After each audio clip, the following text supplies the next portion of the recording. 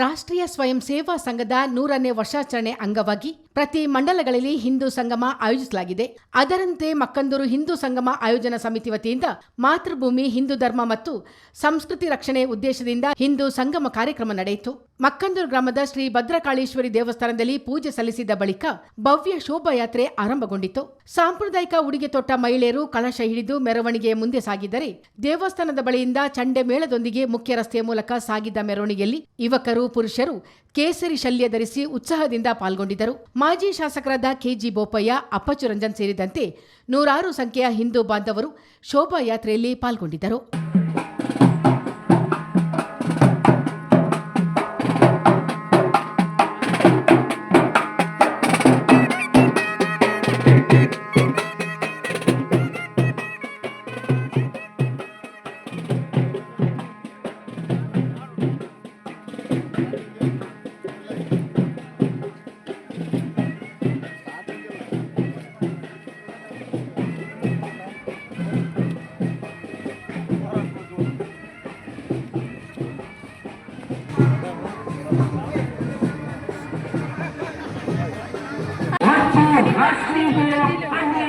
ಬಲಪಡಿಸೋಣ.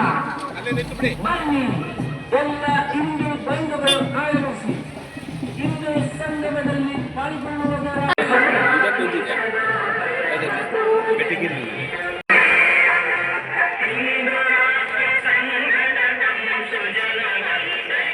ಬಳಿಕ ವಿಎಸ್ಎಸ್ಎನ್ ಸಭಾಂಗಣದಲ್ಲಿ ನಡೆದ ಸಭಾ ಕಾರ್ಯಕ್ರಮದಲ್ಲಿ ದಿಕ್ಸೂಚಿ ಭಾಷಣ ಮಾಡಿದ ಮಂಗಳೂರಿನ ರೋಹಿತ್, ವಿರೋಧಿ ಶಕ್ತಿಗಳಿಗೆ ಹಿಂದೂ ಸಂಗಮದ ಮೂಲಕ ಉತ್ತರ ಕೊಡಬೇಕು. ಹಿಂದುತ್ವ ಮತ್ತು ಭಾರತಕ್ಕೆ ಅವಿನಾಭಾವ ಸಂಬಂಧವಿದೆ. ಹಿಂದುತ್ವ ಬಿಟ್ಟು ಭಾರತವಿಲ್ಲ, ಭಾರತ ಬಿಟ್ಟು ಹಿಂದುತ್ವವಿಲ್ಲ ಎಂಬುದನ್ನು ಎಲ್ಲರೂ ಅರ್ಥ ಮಾಡಿಕೊಳ್ಳಬೇಕು. ಹಿಂದೂಗಳು ಒಗ್ಗಟ್ಟಾಗಿ ಸದೃಢ ಭಾರತವನ್ನು ಕಟ್ಟಬೇಕೆಂದು ರೋಹಿತ್ ಕರೆ ನೀಡಿದರು. ಕೊಡಗಿನಲ್ಲಿ ಬಾಂಗ್ಲಾ ನುಸುಳುಗಾರರಿದ್ದಾರೆ. ಮುಂದೊಂದು ದಿನ ಹಿಂದೂಗಳು ಉಯಿಸಲು ಸಾಧ್ಯವಾಗದ ಪರಿಸ್ಥಿತಿ ತಲುಪಬೇಕಾಗುತ್ತದೆ. ಹೀಗಾಗಿ ಜಾತಿ ಧರ್ಮ ಮರೆತು ಪಕ್ಷಾತೀತವಾಗಿ ಹಿಂದೂಗಳು ಒಟ್ಟಾಗಬೇಕು. ತಪ್ಪಿದರೆ ಸಮಸ್ಯೆಗೆ ಸಿಲುಕಬೇಕಾಗುತ್ತದೆ ಎಂದು ರೋಹಿತ್ ಎಚ್ಚರಿಸಿದರು. ಪ್ರಾಸ್ತಾವಿಕ ಭಾಷಣದಲ್ಲಿ ಮಾತಿನಲ್ಲಿ ಅನೇಕ ವಿಷಯಗಳನ್ನು ನಮ್ಮ ಕಣ್ಮುಂದೆ ಇಟ್ಟಿದ್ದಾರೆ.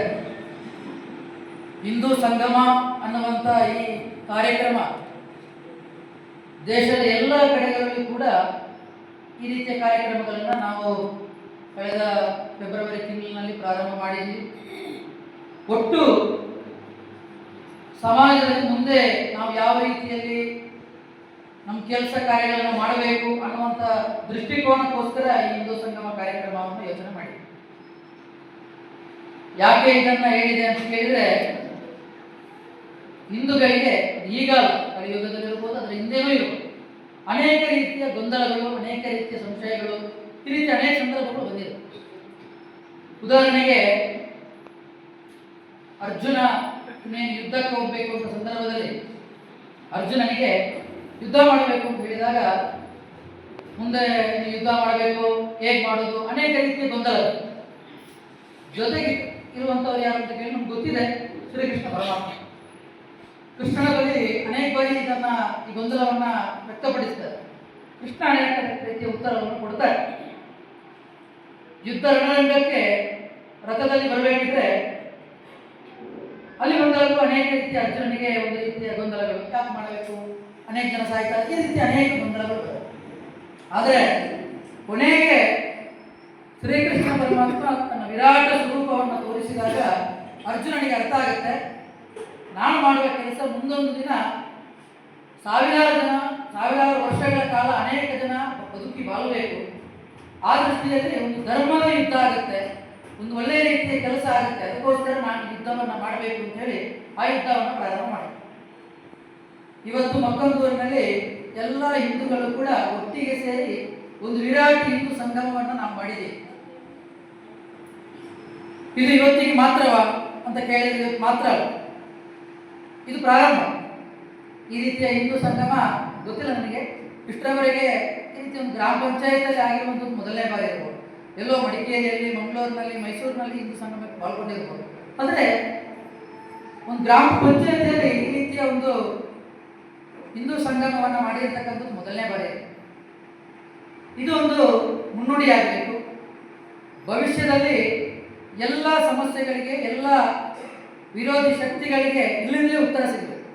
ಇನ್ನೆಲ್ಲೋ ಮಂಗಳೂರಿನಿಂದ, ಇನ್ನೆಲ್ಲೋ ಯಾವುದೋ ಪ್ರಮುಖ ಸ್ಥಳದಿಂದ ಅಲ್ಲ, ಮಕ್ಕಳಲ್ಲಿ ಕೂತ್ಕೊಂಡು ಯೋಚನೆ ಮಾಡಬೇಕು. ಅದಕ್ಕೋಸ್ಕರ ಈ ಹಿಂದೂ ಸಂಗಮವನ್ನು ಯೋಚನೆ ಮಾಡಿದೆ. ಪ್ರಾಸ್ತಾವಿಕ ನುಡಿಗಳನ್ನಾಡಿದ ಬಿಜೆಪಿ ಜಿಲ್ಲಾಧ್ಯಕ್ಷ ನಾಪಂಡ ರವಿ ಕಾಳಪ್ಪ, ಈ ಕಾರ್ಯಕ್ರಮದ ಉದ್ದೇಶ ಮತ್ತೊಬ್ಬರನ್ನು ವಿರೋಧ ಮಾಡುವುದಲ್ಲ, ಇಡೀ ವಿಶ್ವಕ್ಕೆ ಮಾದರಿಯಾದ ಭಾರತೀಯರ ಹಿಂದೂ ಸಂಸ್ಕೃತಿಯ ರಕ್ಷಣೆ ಮಾಡುವುದಾಗಿದೆ. ಭಾರತದ ಮೇಲೆ ಅತಿಕ್ರಮಣ ಮಾಡಿದ್ರೂ, ಭಯೋತ್ಪಾದನಾ ಚಟುವಟಿಕೆ ನಡೆದರೂ ಹಿಂದೂ ಧರ್ಮ ಅಳಿಯಲ್ಲ. ಎಲ್ಲವನ್ನೂ ಎದುರಿಸಿ ಬಲಿಷ್ಠ ಧರ್ಮವಾಗಿ ನಿಂತಿದೆ.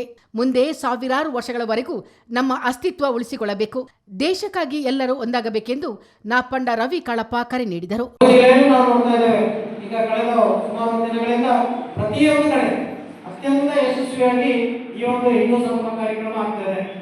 ಈ ಹಿಂದೂ ಸಂಗಮ ಕಾರ್ಯಕ್ರಮ ಆಗ್ತಾ ಇರೋದು ಬೇರೆ ಉದ್ದೇಶ ಏನಲ್ಲ, ಯಾರಿಗೂ ವಿರೋಧ ಮಾಡಬೇಕು ಅಥವಾ ಇನ್ನೊಂದು ಯಾರಿಗೆ ನಮ್ಮ ಶಕ್ತಿ ಪ್ರದರ್ಶನ ಮಾಡಬೇಕು ಅಂತ ಹೇಳುವುದಲ್ಲ. ಇಡೀ ವಿಶ್ವಕ್ಕೆ ಭಾರತೀಯ ಸಂಸ್ಕೃತಿ, ಭಾರತದ ಹಿಂದೂ ಸಂಸ್ಕೃತಿ ಅಂದರೆ ಅತ್ಯಂತ ಭವ್ಯ, ಅತ್ಯಂತ ಹಿರಿಯ, ಅತ್ಯಂತ ಹಳೆ ಸಂಸ್ಕೃತಿ ನಮ್ಮದು ಭಾರತ ದೇಶದ ಹಿಂದೂ ಸಂಸ್ಕೃತಿ. ಇಡೀ ವಿಶ್ವಕ್ಕೆ ಒಂದು ಮಾದರಿಯಾದಂತ, ಇಡೀ ವಿಶ್ವಕ್ಕೆ ಪಾಠವನ್ನು ಹೇಳಿದಂತ ಒಂದು ನಮ್ಮ ಜೀವನ ನಡವಳಿಕೆಯ ಸಂಸ್ಕೃತಿಯನ್ನ ತೋರಿಸಿಕೊಟ್ಟಂತ ಒಂದು ಏನಾದ್ರು ಧರ್ಮ ಇದೆ ಅಂದ್ರೆ ಅದು ಹಿಂದೂ ಧರ್ಮ. ಆ ದೃಷ್ಟಿಯಿಂದ ನಾವೆಲ್ಲರೂ ಸಹ ಈ ಒಂದು 100 ವರ್ಷದ ಶತಮಾನೋತ್ಸವನ ಒಟ್ಟಿಗೆ ಸೇರಿ ಮಾಡಬೇಕು. ಇದರಲ್ಲಿ ನಮ್ಮಲ್ಲಿ ಇರುವಂತ ಯಾವುದೇ ಬೇರೆ ಬೇರೆ ಪದ್ಧತಿಗಳನ್ನ ದೂರ ತಂದು ನಾವೆಲ್ಲ ಒಂದು ಜಾತಿ, ಮತ, ಪದ್ಧತಿ, ಪಕ್ಷ ಇತರ ಎಲ್ಲವನ್ನ ಬಿಟ್ಟು ಇಡೀ ಹಿಂದೂ ಸಮಾಜ ಇಂಥ ಎಲ್ಲವನ್ನ ದೂರ ಇಟ್ಟು ನಾವೆಲ್ಲ ಒಂದಾಗಿ ನಮ್ಮ ಭಾರತ ಮಾತೆಯ ರಕ್ಷಣೆ ಮಾಡಬೇಕು.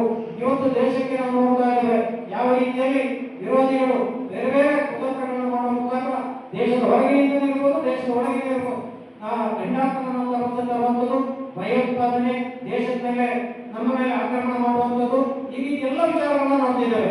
ಆದ್ರೆ ನಾವು ಹಿಂದೆ ನೋಡಿದ್ದೇವೆ, ಸಾವಿರಾರು ವರ್ಷಗಳ ಇತಿಹಾಸ ಇರುವಂತ ನಮ್ಮ ಸಂಸ್ಕೃತಿ ಮೇಲೆ ಸಾವಿರಾರು ಆಕ್ರಮಣಗಳಾಗಿದೆ. ಹಿಂದೆ ಮೊಘಲ್ ರಾಜ್ಯಗಳು ಇರ್ಬೋದು, ಬ್ರಿಟಿಷ್ ಇರ್ಬೋದು, ಎಲ್ಲರೂ ಸಹ ಬಂದು ನಮ್ಮ ಹಿಂದೂ ಧರ್ಮದ ಮೇಲೆ ಆಕ್ರಮಣ ಮಾಡಿದ್ರು.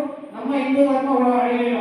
ಎಲ್ಲವನ್ನ ಎದುರಿಸಿ ಇವತ್ತು ಮತ್ತೆ ಸಮರ್ಥವಾಗಿ ಭಾರತದಲ್ಲಿ ಹಿಂದೂ ಧರ್ಮ ಉಳಿತು. ಸಭಾ ಕಾರ್ಯಕ್ರಮಕ್ಕೂ ಮುನ್ನ ಗಣ್ಯರು ದೀಪ ಬೆಳಗಿ ಭಾರತಾಂಬೆಯ ಭಾವಚಿತ್ರಕ್ಕೆ ಪುಷ್ಪ ನಮನ ಸಲ್ಲಿಸಿದರು. ಮಕ್ಕಂದೂರು ಕೃಷಿ ಸಖಿ ಲೀಲಾವತಿ ಮತ್ತು ತಂಡದವರು ಒಂದೇ ಮಾತರಂ ಗೀತೆ ಹಾಡಿದರು.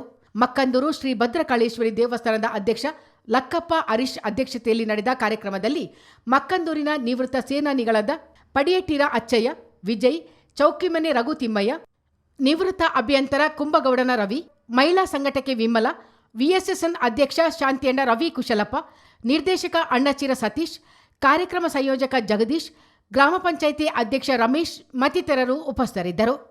ಚಿತ್ತಾರ ನ್ಯೂಸ್, ಮಡಿಕೇರಿ.